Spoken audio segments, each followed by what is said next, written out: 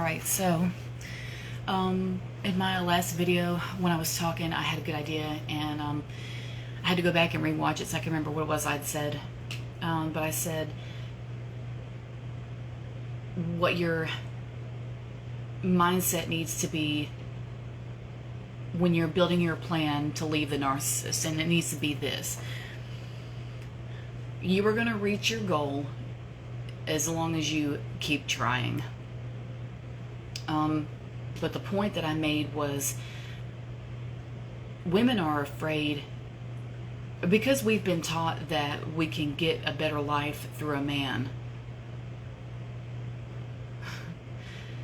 Because we've been taught that, and we put all our eggs in their basket, we're afraid that whenever we leave one, or when one leaves us, that everything we have leaves with him. And that's not how that works. Especially now that we've got so many independent women who don't need the help anyway. But I can't get into that right now. So what I'm trying to say is, the narcissist especially, because they build such a thing in your mind that has you thinking that if they left, they have you under the impression that if they leave, you lose everything with them, that they've given you, that this person has given you all these wonderful things and all these wonderful experiences that no one else was able to give you. And they'll give you a line that I've heard many times, that's one of my personal favorites, and we've all heard it once. We've all heard it from one of them, narcissists or not. Men in general are bad about using this phrase, and it's odd because so many of them use it, and it's like, how are all of y'all able to use the same phrase? Like, which one of you is really telling the truth? But it's this: well, none of them loved you as good as I could. None of them's going to treat you as good as I can. Nobody's going to treat you as good as I can. Nobody's going to love you as much as I do. And that comes out of so many goddamn mouths that I can't begin to tell you about it, because we'd be here all night and into tomorrow. So I'm going to skip that part. What I want you to know is, regular men will tell you that, and narcissistic men will tell you that. So there's a few there's a few traits that are just kind of overlap. But I'm going to try to avoid that tonight to keep from confusing you. But they try to have you thinking that if they go, everything goes with them, and you're lively, and everything about your life, all the good things in your life, and all the good things you have, and everything, all the wonderful things about you that you experience, and everything else is just going to go and never be replaced and never be gotten back and never whatever, and that's just going to be the end of you. It's actually the other way around. It's actually the other way around, but alas, I digress. But so the narcissist, because they're so good at acting, there's a part of you that is going to be afraid. Now, if I get away from this, am I ever going to have this again? Because women are taught that they can't have, so many things unless they get it through a man. And if they want to do better, they need to get a man in their life, and that's wrong. And it has ruined a lot of women because that's not true. And you are the one who can bless yourself with any good thing that you want in your life. You can give that to yourself. You do not need him to do that. And don't count on it. So, because you need to put your own well-being first before you can wipe anybody else's ass. In exchange for a roof over your head. So when it comes to the daily ins and outs of dealing with a narcissist, I want you to remember what your end goal is. If you have an escape plan, I want you to think about that plan every day, and not just the plan. Don't just obsess over the plan itself. Let yourself obsess over how good things are going to be when you're out.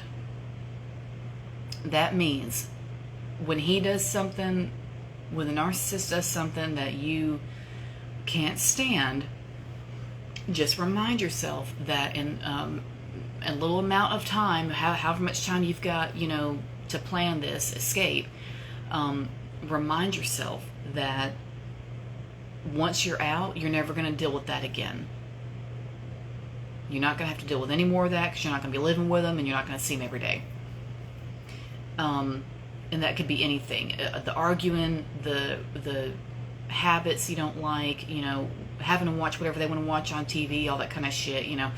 Once that person's out of your life, you're not going to be dealing with any more of that shit, and you can do whatever you want. You can have peace and quiet, and you can live in a safe house or a safe living arrangement, and be perfectly fine. So as much as I want you to focus on your plan, and the plan itself, I also want you to focus just as much on the goal and what your life is going to be like after you get out. Because I've had to do that. And I did. I focused on how good it was going to be, after I got out, and how I was going to just do whatever I wanted and just rebuild my life. And I did. I did whatever the hell I wanted. Had my first glass of wine. And it felt so good to do something that he didn't know about. I sat there and drank that sangria, and he never fucking knew. And that was empowering, because that's the situation I was coming from. And a lot of people will laugh at that, and for real, I don't really care, because you weren't there. So when you tell, that's another thing I should say, when you tell your story, or when you're asking somebody for help and they laugh at you, because a lot of people laugh at this, and there's a lot of men who will laugh at our situation when we're in danger, or when we're afraid of another man and we're trying to get help, and they mock us, and what you have to remember is that you're going to live, and you're going to come out on top, come hell or glory, and you just have to keep reminding yourself that. You just have to keep reminding yourself that that's going to be the end product, is you coming out on top. That means in court, money-wise, you'll have your own money. One way or another, you're going to get it. You'll have your own living space of some kind, or you'll at least live in a safe space of some kind. You'll have people around you that care about you, or you'll be in touch with people that care about you and are keeping an eye on you. Your children will be in a safe environment, or whatever all the things are that you want to come out of this.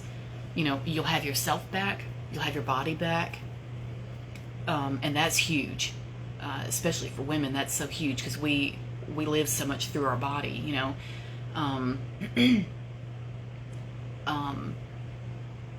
so you'll have reclaimed power over all those things, all those features. And that's what you need to just keep in mind every time, or when you get pissed off, or when y'all start arguing, or when things start to look like they're going downhill. Just close your eyes and go into your mind and just say, you know what, nah, because I'm getting out of here, and this is temporary. And you just have to tell yourself it's temporary, because it is, because you will get out. You will get out. And you're going to get to your safe place, and you're going to get to where, your money is safe, and your stuff is safe, and your children and everything else, all the important things are safe, legally, physically, and whatever else. And like I said in my other videos, especially for physical safety, you can get weapons, you can get the things you put on your doors and windows that let you know if something's being opened, a home alarm system, a dog, a gun, whatever, and all the court documents you can stand that back you up with, protection orders, no contact order, whatever. Even a good no contact order that would be plenty, because no contact is no contact, and then a restraining order is like a more hardcore version of that, but they get in more trouble if they violate that. To my knowledge, I could be wrong about that, but I think that's, to me, that I'm pretty sure that's what that is, because I've had to get no contact orders, and it wasn't restraining order. It wasn't big enough for that, but I was able to get no contact orders. I have done that. And I have had people arrested. One thing, when you have somebody arrested, if you're there on the scene when they do get arrested, the police tell you not to, like, you know, holler and yell at them and shit like that as they're being carried away. I didn't. I don't come from that kind of a background, so I wouldn't have done that anyway. But it's just funny, and I'm remembering that now. Oh, that's good. So anyway, you have to start being goal oriented, because they are real good at making you think that there's nothing outside of them, and that if you lose them, like I say, it's going to be some big blow to your life. It's not. When the narcissist is out of your life, all that leaves is a void for you to fill whatever you want in there. Whatever you want. Reviving old hobbies, finding new hobbies, learning about yourself and your boundaries and your newfound respect, you know, taking better care of yourself, putting yourself around better people instead of all their fucking friends. Because you got to think to yourself, the narcissist being who they are, their friends would be just as bad as they are, because they all get each other, they all understand each other, so they're probably all crazy as hell. So anybody that person closely associates with, cut them loose too, cut them off, and you've got all that empty space to put whatever you want in there. So and I also want you to remember that you're not alone. When you feel that you're alone, you have to remember that you have yourself and that you have your back, even if no one else does. And I know at first that doesn't sound right saying that. I know at first it doesn't sound good and it doesn't sound comforting, you know, and shit like that. But that was something I had to tell myself many times, that I had my back. And I had to do it. It was that or continue living the way I was living. And those are my choices. So it's one or the other. But stay goal-oriented, keep your eyes on the prize, and remind yourself of how good things are going to be when it all gets better, because it will. But you just have to keep pushing. Every day, make one little move to work towards your goal. And it doesn't have to be physical stuff. It doesn't have to be putting away $1 or $5. It doesn't have to be making a phone call, you know, to somebody to make sure you've got backup, you know, or whatever. It doesn't have to even be that. It can be something in your mind, like retraining your brain for a new thought process, you know, like just reprogramming yourself, and you practice with that all day long. That's a step. It doesn't have to be something visible on the outside. So, or any opportunity you get with a narcissist to practice your new mindset, you know, or your new approach, which should be to go along with their bullshit and keep them entertained so they don't know what's going on. The less they suspect you, and the less y'all argue, and the less that you give them to work with, the better. When I would come home crying because I was bullied so much at school, Mom would tell me to not respond, because it doesn't give them anything to work with. Once you say something back, you know, when they're bullying you, now they've got something they can use, you know, because you keep talking, you know what I mean? And they'll just mock you and shit like that, right? But if you don't do that, if you just don't engage, then they don't have anything to use. They don't have any material. So you can think of it that way. The less material you give the narcissist, the less static you give them, the smoother that might go. And sometimes it's going to be hard, because there's going to be shit you don't want to go along with. There's going to be shit you don't want to do. But for the time being, to keep the peace and to keep the screaming to a minimum, and the punching and whatever else is going on to a minimum, my advice would be to kind of go along with it, because that is going to be safer for you than present yourself as a problem or a challenge or a barrier of some kind that needs to be, you know, put right. Do you see what I mean? So just keep in mind that with every step you take with that, you're just building yourself up for the grand finale, which is you getting the fuck out of there. It can be done, but sometimes you just have to play the game That's what lawyers do. That's what the police do. That's what, politicians do. They play the game. You see how their asses never get in trouble. Or if they do, probably all for show anyway. But you see what I mean. There's ways to go about it. So, that's what I would keep in mind. It's just your end goal, and just keep reminding yourself of how good things are going to be when it's over with. And the more you think about that, the more it will take you out of that moment mentally, and you'll get a break from stressing about being in that moment, and it won't be as bad because you're going to be thinking about what's on its way. And you could probably manifest that shit 10 times faster just by imagining it anyway. So if you want to look at it that way, then do that. I think I'm going to leave it at that. That's probably all I was going to say on that topic. But anyway, that's just some little tidbits to help you along. But just, eyes on the prize. Just keep focused on the goal, and you will get out of there. Every day you have to retrain your brain completely, because so far you've been in the miserable, poverty mindset, and it's not just money. Poverty mindset is not just about money. It's about poverty in self-confidence, poverty in boundaries, poverty in self-respect, poverty in peace. You don't have any peace. All of that. So shifting from that mindset and saying, no, I'm going to have all this. I'm going to get all this. I'm building up towards this. This is going to be mine. This is going to be mine. I'm going to have what I want. And I want you to get as damn determined as the narcissist has been. Get as determined as they are. They're determined to get what they want out of life. Why can't you do the same? Oh, because that's mean. Oh.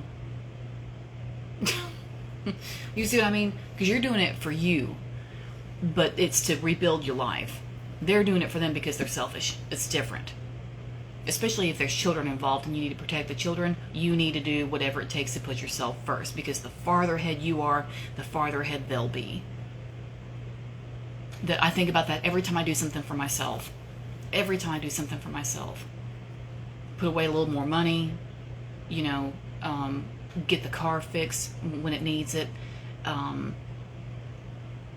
fix my credit score, whatever it is. Whatever move I'm making that looks like it's just for me, it's actually not. It's for us. It's for me and him. Because we both benefit from what I'm doing. We both benefit. Anytime I take care of myself, take care of my health, it's not just for me, it's for me and him. Because me and him both benefit off of me having good health.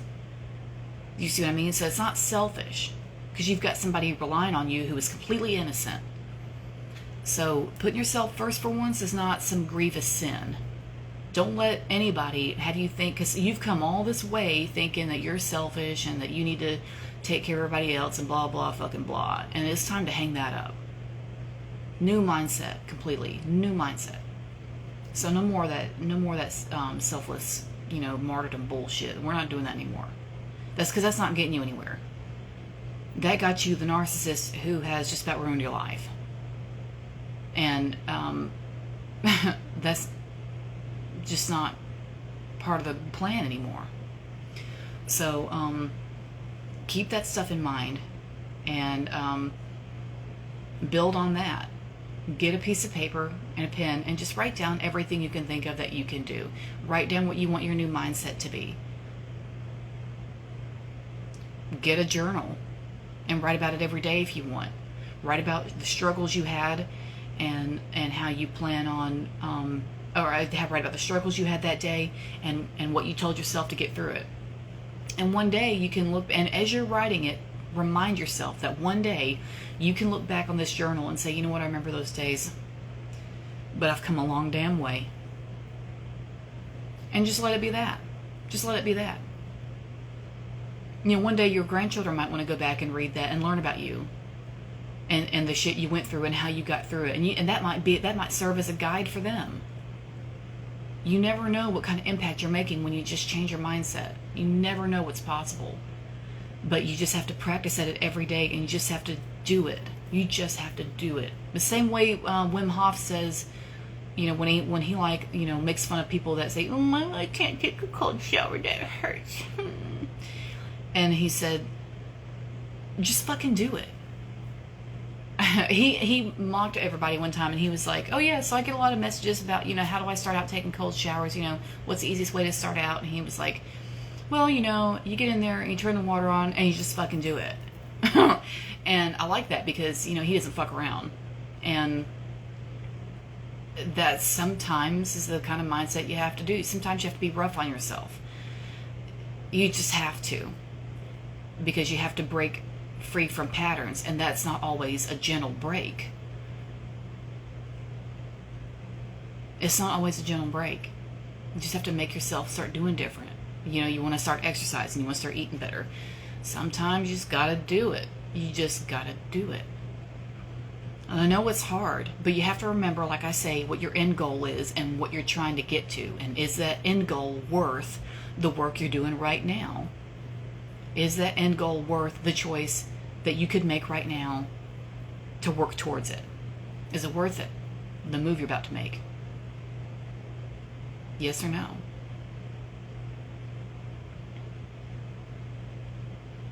So just keep that. That's just some stuff to keep in mind. I'm going to leave it at that. I don't want to drag this out too long. So those are just some ideas about your mindset for putting your plan together to escape the narcissist. That's pretty narrowed down topic. Maybe I should do more of those. Do more narrowed down topics, because that's pretty good.